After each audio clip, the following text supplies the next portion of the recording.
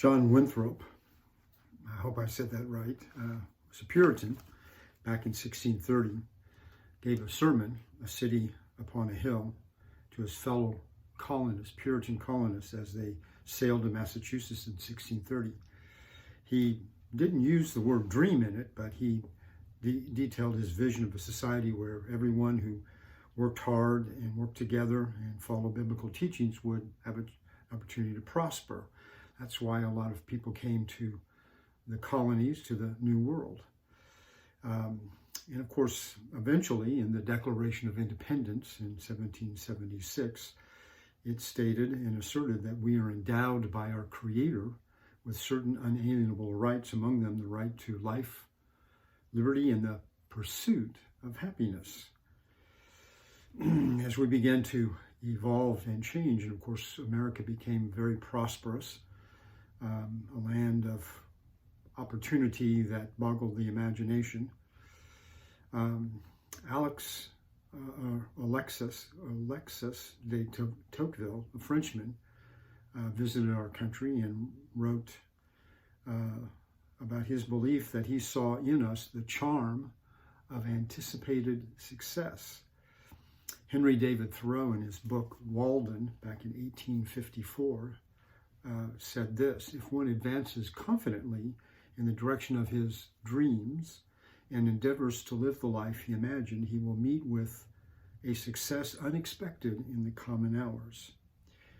Eventually, the phrase or the words American Dream began to appear in newspaper articles and books in the mid to late 1800s, mostly about hardy pioneers who ventured westward to conquer the rest of our country, as well as immigrants coming here and seeking a better life, better jobs, better homes. And of course, by the early 20th century, it became sort of a cliche for upward economic mobility. And Sherwood Anderson had a 1916 novel called Windy McPherson's Son, and the author described his main character as an American multimillionaire, a man in the midst of his money-making, one who realized the American dream. James Adams wrote his history of the United States, called The Epic of America, in 1931. He wanted to call it The American Dream, but was talked out of that. But he and others believed that the dream was in serious danger, and that's of course because of the Great Depression going on at the time. The Depression had destroyed the fortunes of legions of self-made millionaires and cost Americans of more humble means of their homes and their jobs. And President Herbert Hoover, of course, tried to tell them that prosperity was just around the corner, but he was not believed. And his successor, Franklin Delano Roosevelt, created a lot of social programs to help those who are out of work. And he had a lot better luck of convincing Americans that they can improve their lot in life with these programs. And in 1941, in his speech to Congress, President Roosevelt shared his own vision of a new government-assisted American dream. And this dream would include full employment, government help for the elderly, the retired, and those unable to work, and the enjoyment of a rising standard of living. And since then, America has grown more and more prosperous. We've got factories, and we've got growing families and homes, and we have this middle class now that clearly embraces the idea of the American dream. I don't know if other countries have a dream for themselves and what they're to be like. But when I look at America, of course, some will realize the dream, some won't, some are denied it.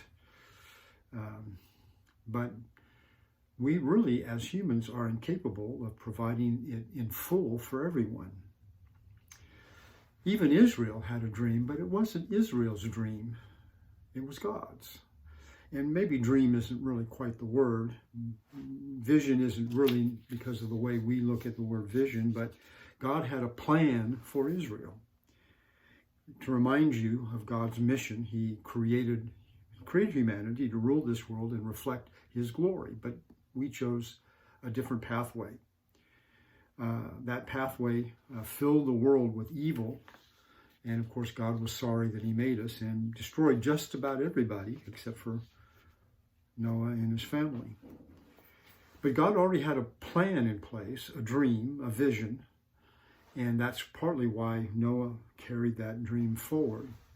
That plan then began to take shape as God chose Abraham, and then his son Isaac, and then his son Jacob, and then his 12 sons. His vision was to create a nation that would bless the nations of the world. That's what his promise was to Abraham, that he would be a blessing through his descendants. And so here were the descendants of Israel. He would create a nation that would be a light to the other nations, a place where they could find the glory of God. And I think God wanted Israel to reflect his glory among the nations. You know, as you read through the law of Moses, the instruction, the teaching of Moses, God emphasizes over and over to stay away from the nations. Actually, he wanted them to destroy the nations and to destroy their idols and to smash them and to stop the spread of their worship of other gods. And so Israel then would reflect God's glory in this way. But Israel instead chose a different path. They chose to embrace the nations, their gods, their morality, their pursuit of wealth. And instead they brought all of that in when God told them to push it out. I'm right now in my daily Bible reading, I've just finished Exodus and on into Leviticus. And it amazes me as I kind of read and have a little bit different attitude towards the laws that are there. When you really read what's in Exodus, as God details all of these commandments for them to keep, they're really about relationships and really about how to treat people. And when you really read them, you have to admit, even as Christians, these are pretty commonsensical stuff that we would agree with if we would just take the time to read them. But God, and this is God setting boundaries for Israel and saying, this is how I want you to behave. Because I really believe that there's a connection between how we think and what we, and how we are and how we behave, that all of that is interconnected. I don't believe we can really cut off the internal and the external. And even when we claim to be acting only externally, there's internal reasons for that. But Israel was called by God. Isaiah is called by God to let Israel know where they are headed. Isaiah gets to minister during the reigns of Uzziah, Jotham, two fairly good kings according to Chronicles and Kings, Ahaz, a bad king, and then Hezekiah, probably up there is the best with David, Jehoshaphat, according to Chronicles, and Josiah. But as you read through Isaiah, though, he's detailing that no matter what, Israel's headed in the wrong direction. And he first of all says Israel's pathway is away from God. In chapter 1 and verse 4, Isaiah says, "Alas, sinful nation, people weighed down with iniquity, offspring of evildoers, sons who acted corruptly. They have abandoned the Lord. They have despised the Holy One. They have turned away from him." So they're taking a different pathway, just like Adam and Eve did, just like all of us do. We all take a different pathway than what God wants us to. And as Isaiah talks to Israel about this, he also says that this different pathway brings different morality as well. In verse 21, he says, "The faithful city has become a harlot, she who was full of justice. Righteousness once laws in her, but now murderers." So they are murderers. And then in verse 23, he says, "Your rulers are rebels, rebelling against God, companion of thieves. Everyone loves a bribe and chases after rewards. They do not defend the orphans, nor does the widow's plea come before them." And so they're murderers, rebels, thieves. They take bribes. They chase after rewards from people that they shouldn't. And they oppress the vulnerable, the widows and the orphans, the ones who can't defend themselves. And you know, this is a constant theme throughout the prophets as they look at Israel and they look at the nations. How you treat the poor, how you treat those in need are the ones that that certainly make their cries before God and God listens to. And yet Israel, because of this new pathway, they were not taking care of the poor in the way that they should. You know, that's another thing too that I find in reading through the law of Moses. You know, God tells them to plant for 6 years, and the seventh year to do nothing. And that way the poor can come and eat. To not harvest all the way out to the corners and the edges, so that the poor can have something to get. And don't go back a second time through your harvest, so the poor can come and glean. You see, God is very sensitive to those who can't take care of themselves. And that's because we've taken this pathway where we want to be strong and mighty and powerful. But God says, that's not the way I want you to be. God, Isaiah says, despises their worship, beginning in verse 11. What are your multiplied sacrifices to me, says the Lord? I've had enough of burnt offerings and the fat of fed cattle. You take no pleasure in the blood of bulls, lambs, or goats. You see, their worship had become meaningless to them. And it's not because, at least as I read through, it's not because they weren't doing the right things. It's because they were mixing in other gods in their religions. And even though I won't take the time, I've got a video on my channel, and it's on my website that I shared with Orange Avenue on a Wednesday night about Isaiah's commission to the idolaters in chapter 6. After he gets through his vision of God that he sees, God starts detailing to him what he's to do. And basically, he tells Isaiah that they're, even though they have eyes, they won't see, even have ears, they won't hear. And even though they have a heart, it will be hard. And the reason for that is as you read the rest of Isaiah, is because Israel's become like the idols that they worship. The idols, Isaiah will tell us, have no eyes, they have no ears, they have no mouth, they have no heart. Having no eyes, they can't see. Having no ears, they can't hear. Having no mouth, they can't speak. And having no heart, they can't understand. So Isaiah says, when you look at this block of wood, this block of metal, this block of gold or silver, that's all it is a block. It can't see, hear, speak, or understand. And Israel has become just like what they worship. And that's true of us today as well. That's why God despises their worship, is because they're not willing to see, they're not willing to hear, they're not willing to understand. And so because of this, destruction is due them. In chapter 1 of Isaiah, verse 7, your land is desolate, your cities are burned with fire, your fields, strangers are devouring them in your presence. And so Isaiah says your lands, your cities, everything's going to be destroyed. Strangers there, I think, is the foreign nation of Babylon. Actually, it's foreign nations throughout their history, but and in particular, a little bit later on, Assyria will be part of that. But Babylon ultimately will be the one to take Judah and Jerusalem down.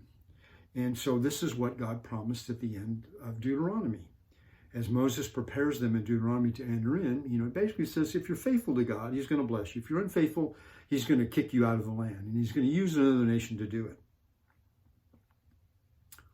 I love in the book of Habakkuk, where Habakkuk says, Lord, things are really bad here. And God says, well, that's okay. Look over there. There's the Babylonians. I'm going to bring them in, and I'm going to destroy Israel. And Habakkuk says, wait a second. They're worse than we are. God says, I know. And I'm going to use them, though, to discipline Israel. But once I'm finished with them, I'm going to judge them too. But anyway, but in spite of the fact that God promises them destruction, there's hope. In chapter 1, verse 9, he says, unless the Lord of hosts left us as some survivors, a remnant, we would be like Sodom and Gomorrah. So there's a remnant. Later on in chapter 1, He says in verse 26, I will restore your judges as at the first. Verse 27, Zion will be redeemed with justice and repentant ones with righteousness. So there's hope in the future. And he says in verse 21, how the faithful city has become a harlot. She was full of justice.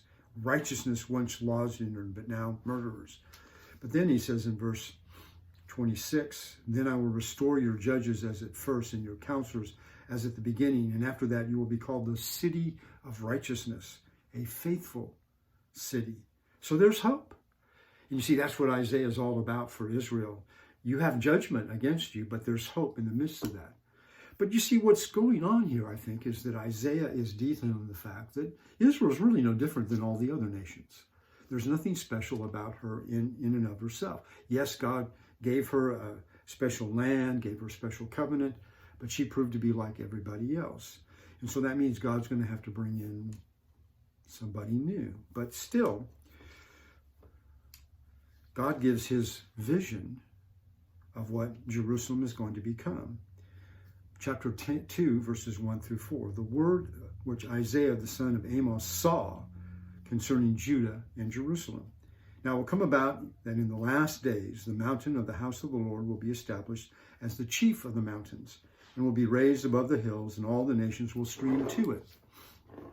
And many peoples will come and say, come, let us go up to the mountain of the Lord, to the house of the God of Jacob, that he may teach us concerning his ways, and that we may walk in his paths. For the law will go forth from Zion, and the word of the Lord from Jerusalem, and he will judge between the nations, and will render decisions for many people. And they will hammer their swords into plowshares and their spears into pruning hooks. Nation will not lift sword against nation, and never again will they learn war. Now that looks like the ideal, doesn't it? It looks like paradise come back. And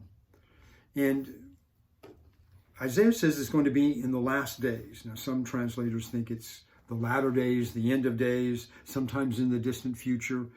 In Psalms, it talks about the uttermost parts, of the earth. It's actually used geographically instead of in terms of time.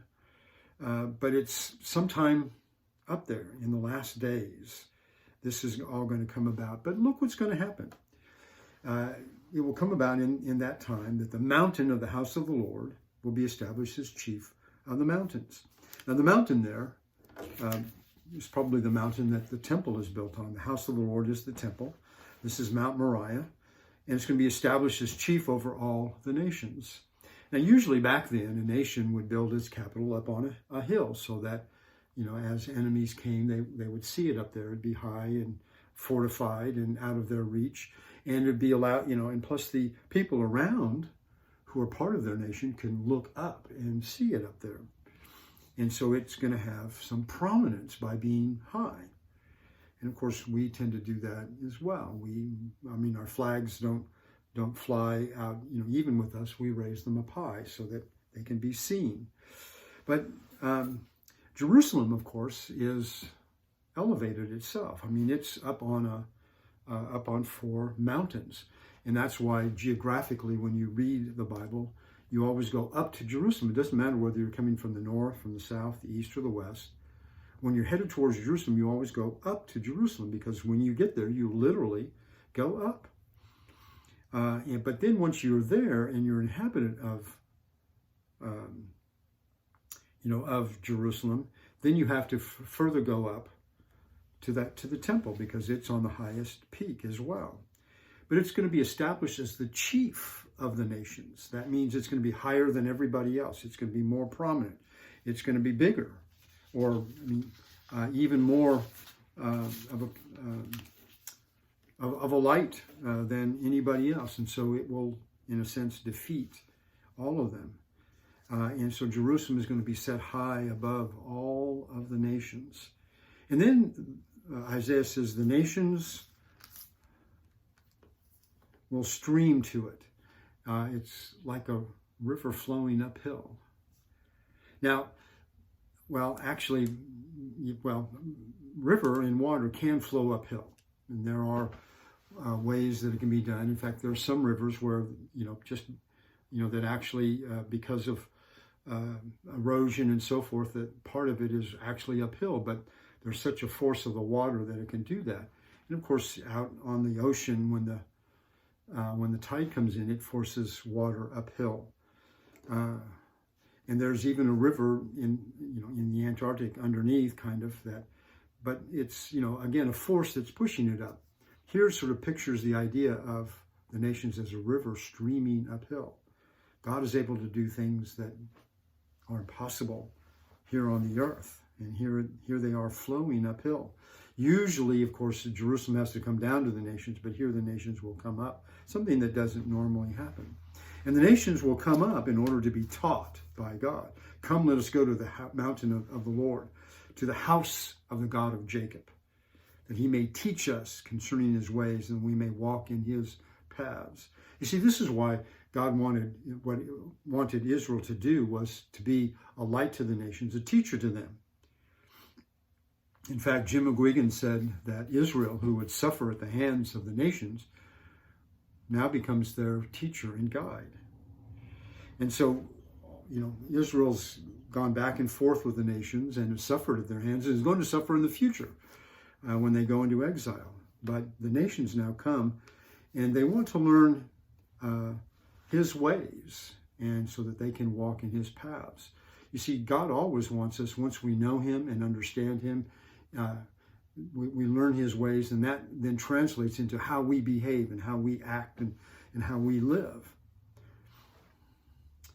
And then Isaiah goes on and says, the law will go forth from Zion and the word of the Lord from Jerusalem. Now the word law, Torah, I think probably better is instruction or teaching. And in fact, that would be better for us to do that, because a lot of times words have an effect on us. And when we just call it the law of Moses, we tend to kind of dismiss it that way. Oh, it's just a bunch of laws. But if we look at it as the instruction or the teaching of Moses and the law and the teaching and instruction of the Lord, we see it in a different light. And here the nation saw that it was instruction and teaching. But you notice it says that the law will go forth from Zion and the word of the Lord from Jerusalem. So there are pictures that now that the nations have come up, now all of this is going out. And it says that the Lord will judge between the nations and render decisions. Isaiah doesn't really explain that, but it's always the case that God judges those who come to him. But then it says that they will hammer their swords into plowshares and their spears into pruning hooks. Nation will not lift up sword against nation. Never again will they learn war. And so they take their instruments of war and turn them into instruments of agriculture. Instead of destroying property, they plant on property and prosperity comes and there's no more war. What a beautiful picture this is. A beautiful picture of the future. But when is this? He says it's in the last days. And so many people try to make Isaiah about our future, but it was about Israel's future that had its fulfillment in Jesus Christ. This is about God's vision of what would happen in Jerusalem in his mission to reclaim humanity.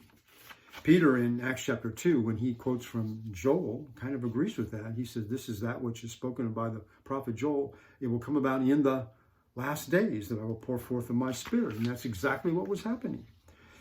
So the last days aren't necessarily, at least in my view, the last days of the world, those last few days, but rather the last era, the latter time. And what's interesting is that there are 54 quotes from the book of Isaiah in the New Testament. The writers try to convince us in the New Testament that Isaiah's vision was then. The future is realized in the atonement of Jesus, which of course, we find out in Acts chapter 8 and other places in the New Testament that Isaiah 53, the suffering servant, is really Jesus and his atonement. And so the future is realized in him. And the people that he sends out from Jerusalem are the believers, and they go into all the world. And so the house of the Lord that is established is the temple, the church, God's people. And it was established as chief by the cross of Jesus. John chapter 12, verse 32, Jesus says, if I be lifted up, I will draw them into myself. It's kind of an interesting thing, as he brings out, what they normally do on the cross is to lift them up so that people can see for, around there in this very cruel death. But Jesus is saying, though, my cross is going to be kind of lifted up, and people, and I think that that's an interesting image and figure. And worldwide, that's become true. But it also establishes Jesus as the exclusive and the only one. He goes on to say, I am the way, the truth, the life, and no one comes to the Father but through me. And so Jesus establishes the fact that he is the temple, the house of the Lord. He has been lifted up for the nations to see. He is chief. He is higher than everybody.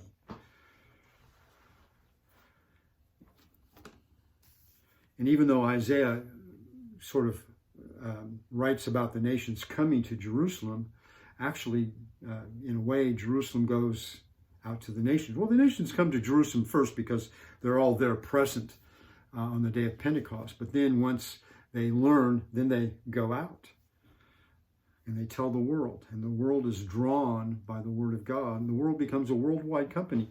And in the church, in God's people, Jesus is our peace, Paul says in Ephesians 2. And he takes both Jew and Gentile, the nations, and makes them into one body. And Jesus gives us peace in John 14, not as the world gives. So even though Isaiah describes the peace here, never again will they learn war, he's really just describing the peace that God brings us. And there's a different kind of peace. And we have that in Jesus' body, Jesus' kingdom. We have that in the people of God who are redeemed. And so we have learned of the God of Jacob, and he has taught us to put away our instruments of war, our instruments of destruction. The church is not a nation going out to seek destruction of people. We are trying to destroy ideas and idolatry and hard hearts, but we're doing it through persuasion. We're doing it through drawing people in. And so it's a spiritual war, not a physical war. And so God created Israel and Jerusalem for a purpose. And Isaiah says right now, you're not fulfilling that purpose. Back in his day, you're exhibiting all the wickedness of the nations. But here is what you will become once God has disciplined you and removed your dross, or at least a remnant of you. And you then will be a part of that future spiritual heritage that walks in the light of the Lord. And in chapter 2, verse 5, come, house of Jacob, let us walk in the light of the Lord. Well, God's house has been established. It's established by Jesus, his sacrifice, his priesthood. People and nations have come to it, have gone out. It's all over the world, but people and nations still need to hear that. And so as God's people, we need to look and see that the mission of God was to bring us back into his fold. Now that that's complete, we need to go out in the world and tell them that God's mission is complete, to tell them about Jesus. And so we need to decide to go or to send. We need to decide that we're going to help that mission of God be declared in the world through our mission. And so God completed his mission in Jesus, but now our mission begins. God bless.